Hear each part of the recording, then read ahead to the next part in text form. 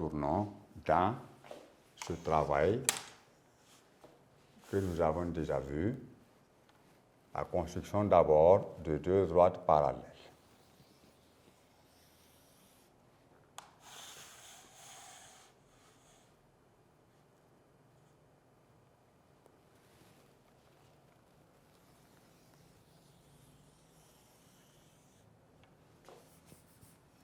D et D'. Et nous traçons une séquente à ces deux droites, appelée petit d. La droite donc qui coupe chacune de ces deux droites-là en un point donné. Que nous avons noté respectivement A et B.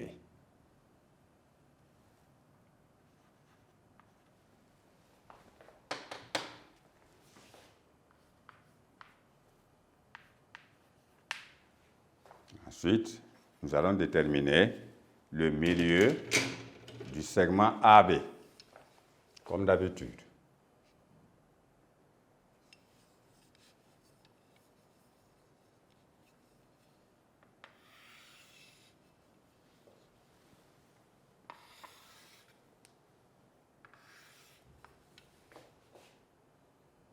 En rappel, quand vous voulez construire deux droites parallèles, vous tracez une droite à l'aide de l'équerre. Vous faites une droite en pointillé et ensuite, à l'aide de l'équerre, contre la droite en pointillé, la règle au-dessus et vous tracez la deuxième droite. Elle sera dite parallèle à l'autre. La technique doit être retenue et il faut réviser si on a oublié. Voilà. Donc, maintenant, nous allons construire le milieu. Alors, il faut reprendre parce qu'on a enlevé. On a ouvert le compas et on a refermé. Donc, il faut reprendre.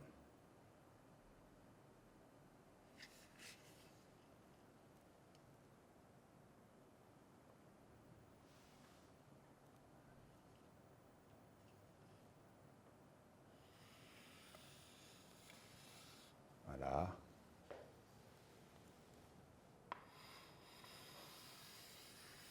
Et voilà. La pointe sur le compas et sur l'autre point, par la même opération, on trace un autre arc de cercle de part et d'autre, ce qui nous permet maintenant de construire simplement le point I. Alors,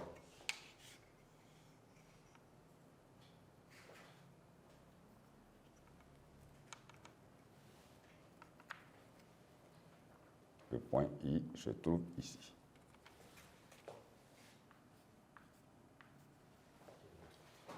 Alors, voici le point I, milieu du segment AB que nous avons construit.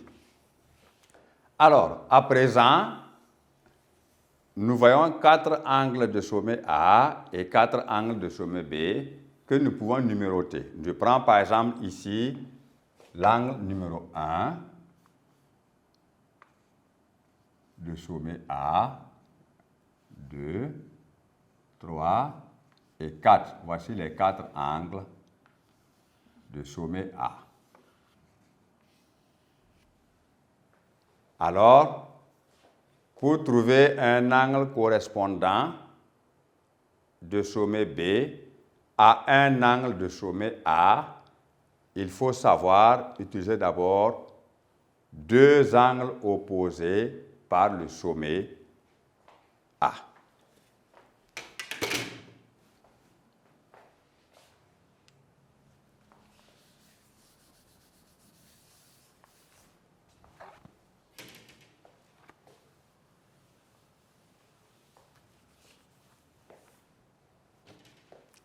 Alors, à présent, on va considérer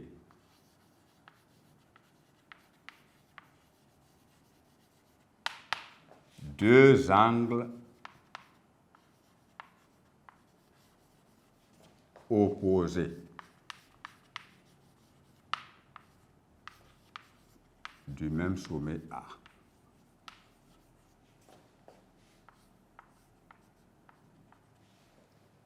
Alors, nous avons vu dans le premier cas comment on identifie deux angles opposés par le sommet. Par exemple, quand vous prenez l'angle numéro 1, il est opposé par le sommet à l'angle numéro 3. Parce que pour les identifier, on se contente seulement de deux droites séquentes. Donc, ici, voici la direction du regard de la superficie de chaque angle. Ce sont des regards opposés. Donc, l'angle A1 et l'angle A3 sont dits opposés par le sommet.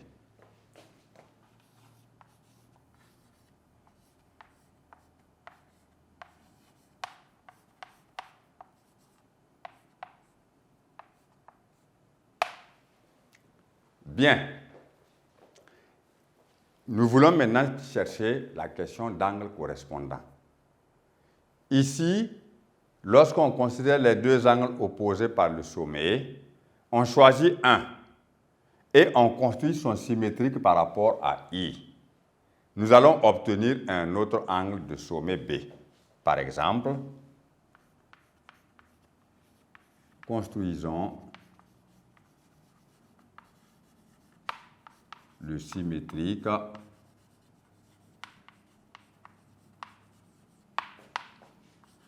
de A1 par rapport à I.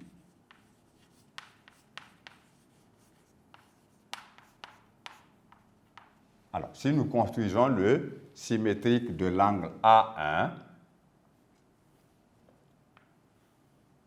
par rapport à I, nous choisissons simplement un point quelconque sur le deuxième côté de cet angle et nous construisons son symétrique par rapport à I parce que déjà, la droite D, marquée en rouge, est déjà sur toute son étendue un côté de chaque angle de sommet A ou de sommet B. Alors, si je prends par exemple ce point ici, sans avoir besoin de lui donner même un nom, je construis son symétrique par rapport à I, ainsi qu'il suit.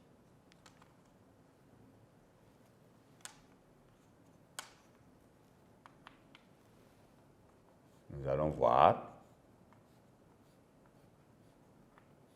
que la droite en pointillé, passant par I, et le point choisi sur l'autre côté de l'angle A1, vient couper la droite D' en un autre point. Alors, on obtient l'angle suivant. Et ici, nous numérotons, puisque nous n'avons pas porté de numéro, mais ici, nous pouvons avoir l'angle B1, B2, B3 et B4. Alors, nous allons voir maintenant ici que nous avons le symétrique de A1 qui est l'angle B3.